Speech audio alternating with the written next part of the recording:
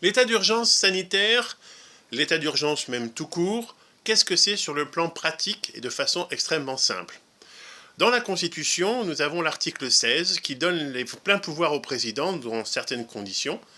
Et il y a l'équivalent pour, on va dire, le gouvernement. En général, c'est plutôt pour un ministre, mais c'est souvent le Premier ministre, voire potentiellement le ministre de la Santé pour la crise de Covid, qui, au travers de l'article 38, donne les pleins pouvoirs à ce ministre ou au gouvernement.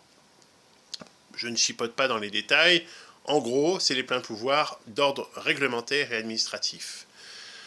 En utilisant cet article de la Constitution, le gouvernement travaille par ordonnance. Ce sont des lois temporaires qui, lorsqu'on sortira de l'état d'urgence, devront être soit rendues caduques, soit devenir de vraies lois validées par le Parlement.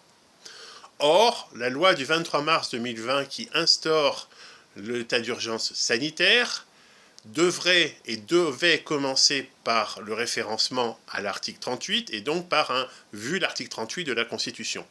Or, je vous invite à chercher cette loi du 23 mars 2020 qui instaure l'état d'urgence sanitaire.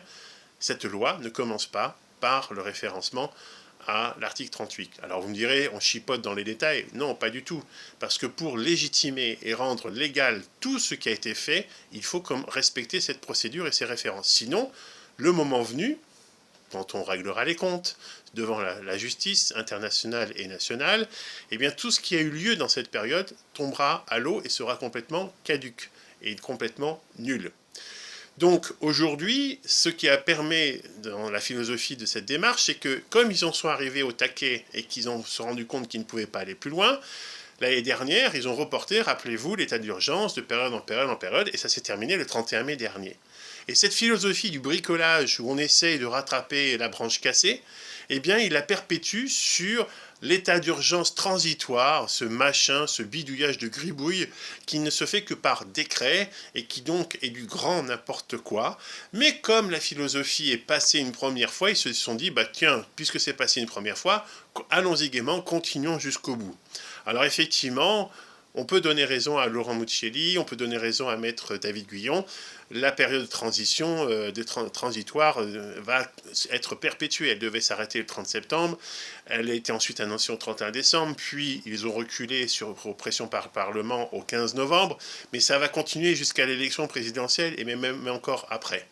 Toujours est-il qu'il faut prendre patience par rapport à ces médiocres et ces imbéciles, étant donné que tout ça n'est pas du tout légal.